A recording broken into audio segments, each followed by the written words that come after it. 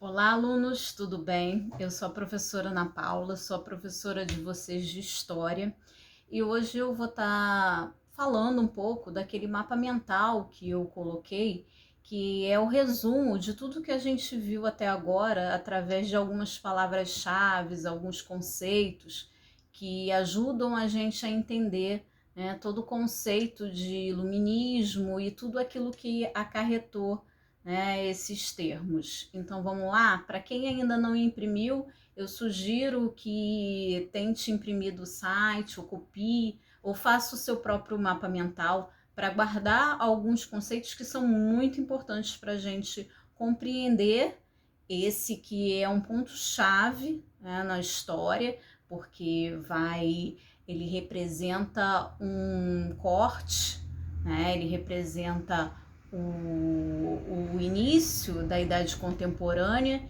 Então, esses acontecimentos que a gente está falando são muito importantes, né, para compreender a história mundial. Tá? Vamos lá para o mapa mental.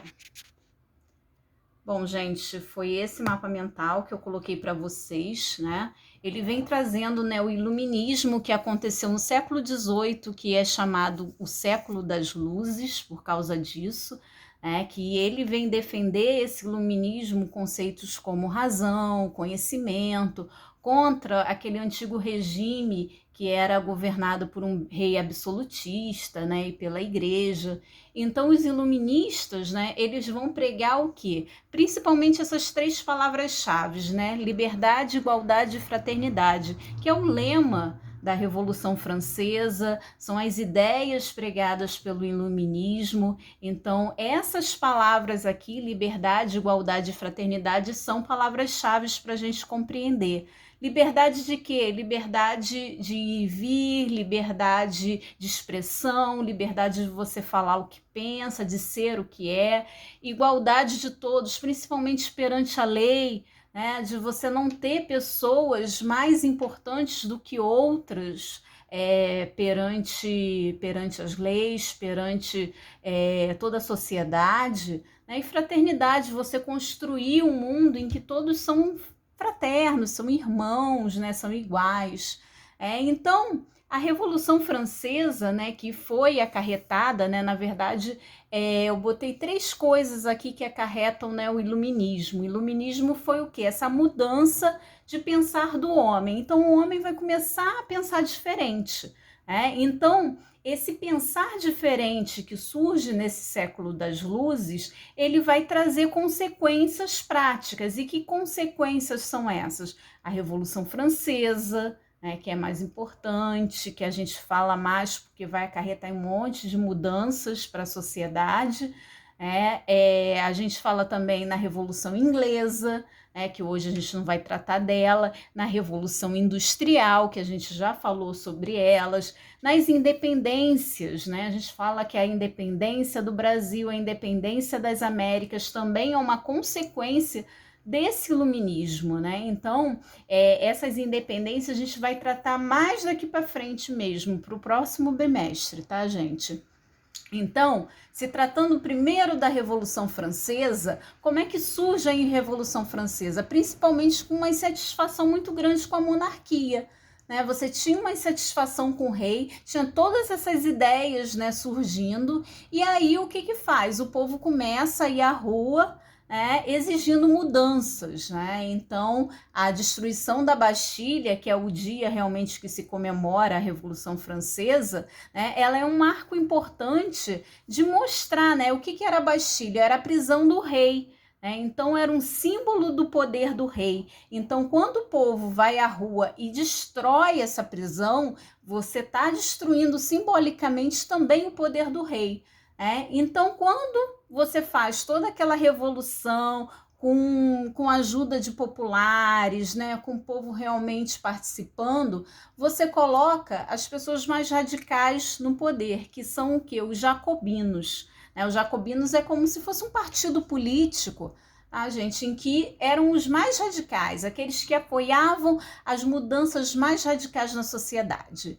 Então, o líder deles, né, que é o Robespierre, ele vai assumir o poder, né, nessa figura aí, né, dos jacobinos, e ele vai instaurar o que é chamada a República do Terror. Por que chamada República do Terror? Porque ela foi uma república que começou a caçar, né, e a matar mesmo, né, a executar várias pessoas que defendiam a monarquia, né, e o rei, claro, o rei, a rainha, né, todos eles são executados. Então muita gente foi executada nessa época aí, principalmente por apoiar a monarquia. Então ficou conhecida como República do Terror. Então você tem caça e morte aos membros, apoiadores da família real, mas você tem muitas coisas boas nesse período para o povo. Você tem o ensino gratuito, né? A reforma agrária, então você faz uma distribuição aí de terras aos mais pobres. Então você tem essa República do Terror, mas você tem o povo realmente que estava sofrido, ele começa a ganhar poder aí nessa sociedade, né?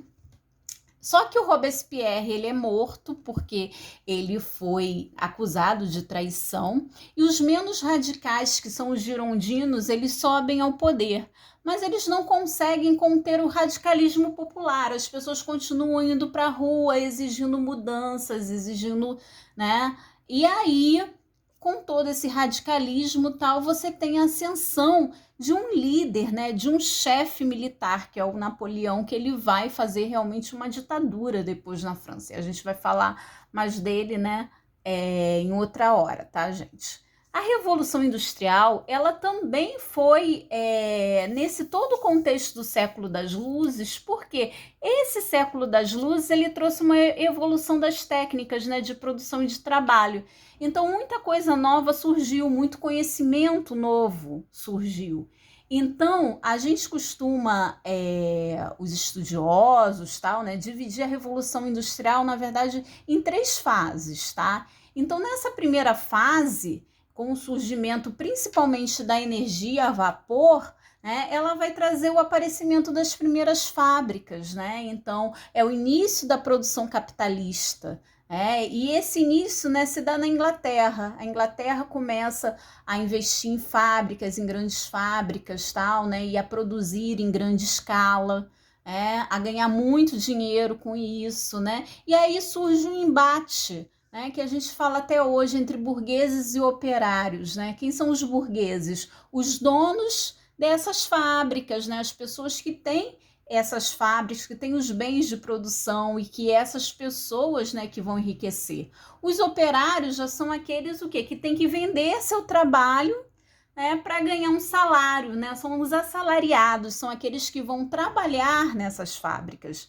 Então surge esse embate, né, que o capitalismo ele produz entre burgueses e operários, que existe até hoje. Então a gente fala numa segunda fase, quando já vem, né, o petróleo. Você tem uma terceira fase que vem, né, da energia, principalmente da energia nuclear, né, uma segunda fase pelos Estados Unidos, que lidera, e aí eles, né, essas novas formas de trabalho que surgem, né, com taylorismo, com fordismo, que isso é muito norte-americano, né, isso veio dos Estados Unidos, essas formas de trabalhar em grande escala, a linha de produção, que essas formas de trabalho elas impõem ao operário.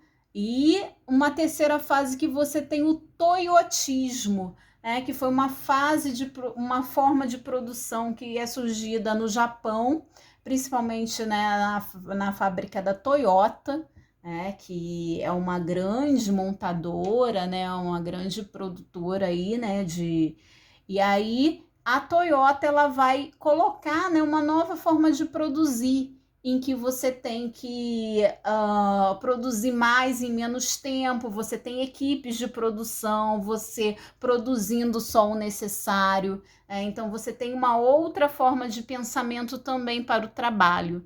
Então você vê que como que o iluminismo, essas ideias que surgem lá no século XVIII, elas vão influenciar a história mundial.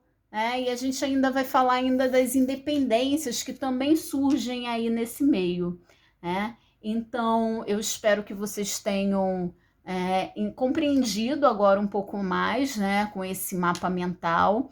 Tentem produzir o próprio mapa mental de vocês, né? Se alguma coisa a mais que eu falei nas outras aulas vocês acham importante, vocês podem acrescentar nesse mapa mental para a gente, né, ter essas ideias aí que são muito importantes para a gente compreender o iluminismo e o que esse iluminismo vai influenciar na história mundial. Tá bom, gente? Um beijo para vocês e se cuidem.